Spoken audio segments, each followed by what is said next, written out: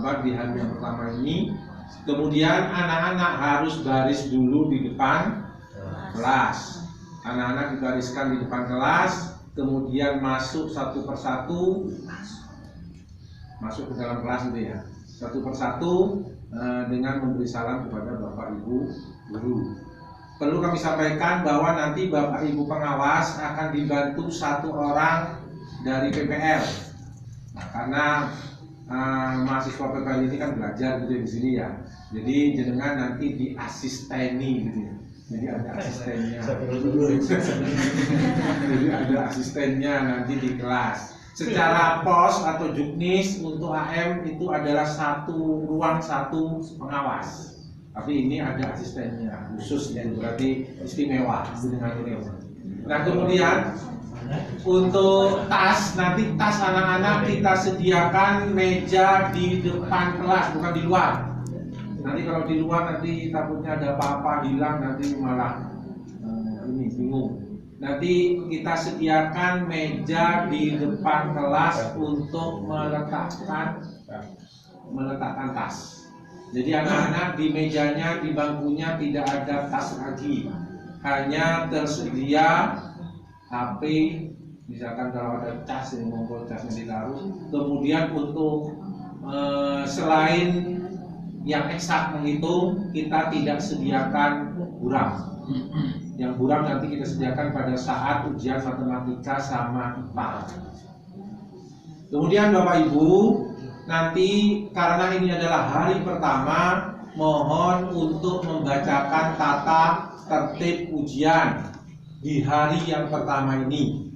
Untuk nanti pelajaran yang kedua tidak perlu lagi, hanya yang pertama saja di jam yang pertama. Kemudian jenengan nanti di waktu pertama setengah 8 kita akan adakan simulasi dulu. Simulasi akan dilaksanakan selama 15 menit. Gunanya apa? Karena ini adalah AMBK, soalnya itu bukan hanya pilihan ganda biasa. Nanti saya takut sekali anak-anak ini takutnya pilihan ganda komplek hanya pilihnya satu. Nah itu apakah nggak bisa? Tapi kan nilainya nggak maksimal. Setiap nilai yang untuk pilihan ganda komplek, walaupun ada 4 jawaban, anak milih satu, itu tetap dihargain sama aplikasi. Misalkan satu soal itu nilainya 4, kalau dia hanya dapat menyetak 1, berarti dia hanya satu. Gitu. Walaupun dihargai, tetap dihargai, tapi kan nggak maksimal. Nah, Bapak Ibu, saya akan tunjukkan aplikasi ini karena aplikasi ini baru. Jadi tidak sama dengan kemarin. Exambro-nya tetap. Exambro itu hanya untuk mengikat anak-anak supaya tidak keluar dari ujian, nggak kemana-mana gitu maksudnya, nggak ke galeri, nggak ke room dan sebagainya. Pastikan dulu HP-nya anak-anak SIM card-nya sudah dicabut biar tidak melakukan komunikasi dengan siapapun. Jadi SIM card dicabut, kemudian HP harus koneksi dengan WiFi CBT yang ada di kelas tersebut. Nggak boleh pindah ke lain hati. Jadi tetap di kelasnya masing-masing. Nah tampilannya seperti ini. Nanti bayangkan saja, karena saya mau pakai HP nanti gitu ya. Nanti tampilannya seperti ini, bayangkan nanti kalau HP ya nanti akan menciut gitu ya. Kemudian anak-anak tinggal masukkan username password yang sudah ada di kartu ujian. Sudah punya semua, nanti tinggal login. Nah ini juga akan nanti menciut, tampilannya akan ke bawah itu. Nanti bedanya Bapak Ibu, untuk aplikasi ini tidak milih kode ujian, tapi nanti menggunakan kartu-kartu seperti ini. Ini namanya kartu ujian. Nah yang warna merah. Kalau warnanya merah ini berarti belum dikerjakan. Kalau warnanya kuning berarti sudah dikerjakan. Nah ini contohnya simulasi, nanti tinggal diklik yang kerjakan ini. Setelah diklik nanti tinggal mulai. Nanti simulasinya saya tempel ke mata pelajaran informatika nih. Nah, saya ulangi. Nanti di sini nggak usah bingung nanti anak-anak, misalkan ini simulasi. Jadi ada namanya simulasi walaupun atasnya ada informatika. Nanti tinggal dikerjakan ini, diklik, kemudian diklik mulai.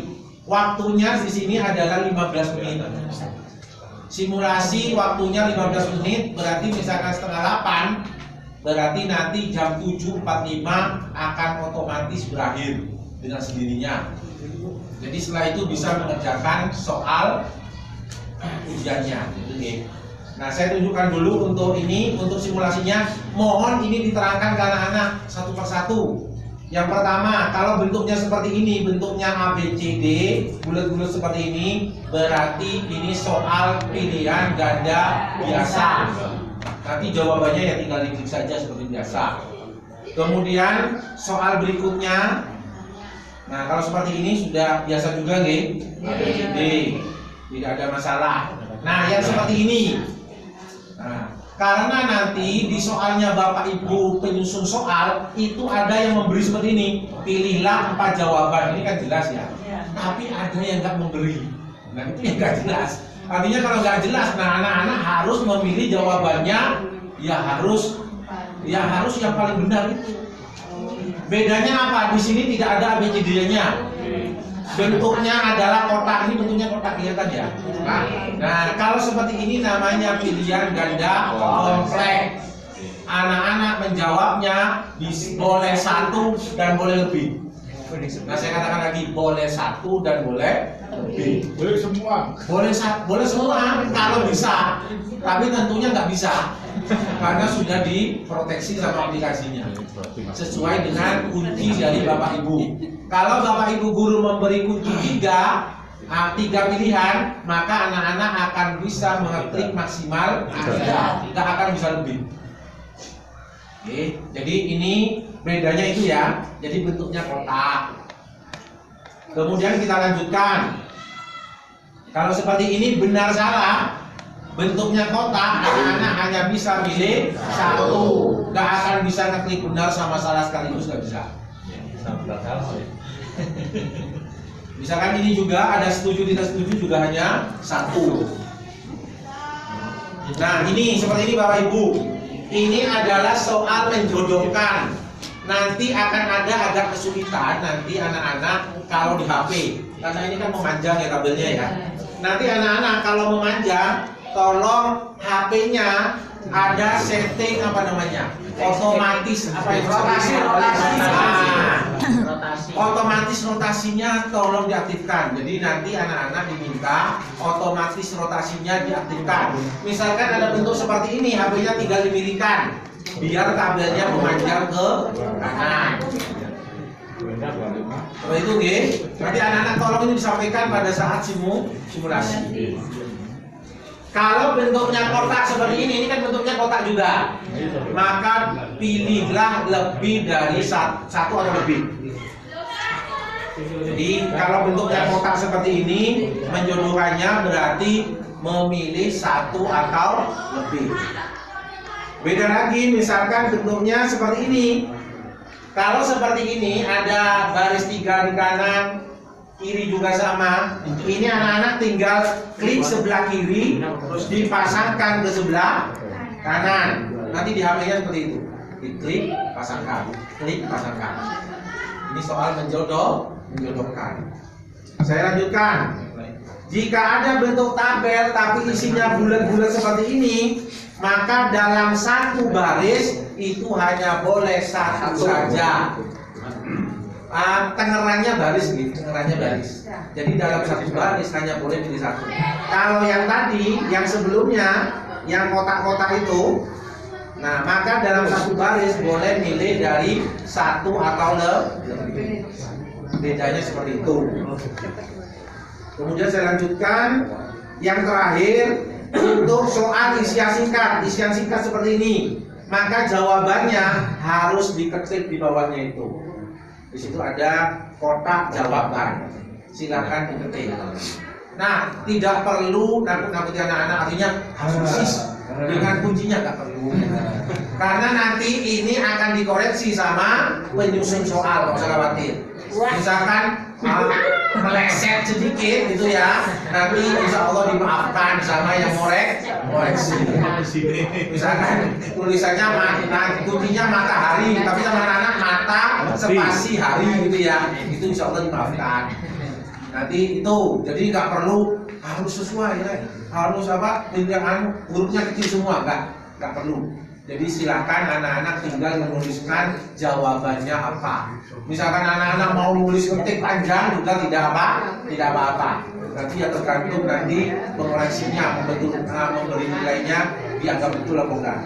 Jadi itu aja. Nah kemudian Bapak Ibu, ada kelebihan dari aplikasi ini, anak-anak nanti tidak akan bisa logout, tidak akan bisa kirim jawaban sebelum 15 menit ujian berakhir.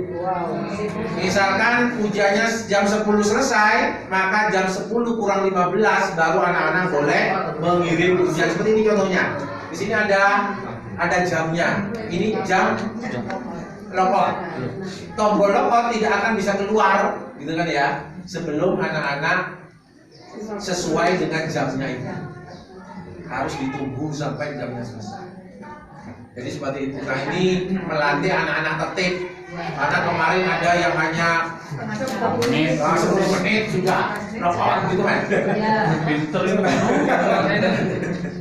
Nah sebelum ini logout, anak-anak nggak boleh keluar dari aplikasi. Nanti kalau keluar jawabannya akan hilang. Dia akan kerjakan dari awal. Misalkan ini ditutup gitu ya, masuk lagi ya hilang karena kan ininya belum logout. Ya seperti itu. Kemudian Bapak Ibu, perlu kami sampaikan, anak-anak nanti juga sampaikan, anak-anak juga bisa melihat nilai itu ada di mana? Ada di tampilan pertama nanti, ada di sini. Cek nilai. Nanti waktu login pertama ada tombol cek nilai. Nanti anak-anak bisa melihat di sini. Nah ini nanti bedanya, misalkan ini diklik, nanti kan ada soal isian tadi itu. Nanti ini sedang dikoreksi. Dia tidak akan mendapat nilai langsung dari aplikasi. Nanti nunggu gurunya mengoreksi. Kecuali yang tidak ada soal isiannya ya aman. Nah, ya itu khusus yang ada isian. Bagi yang nggak ada isian ya nggak masalah. Oke seperti itu. Ada yang mau ditanyakan terhadap aplikasi Momo ini Pak?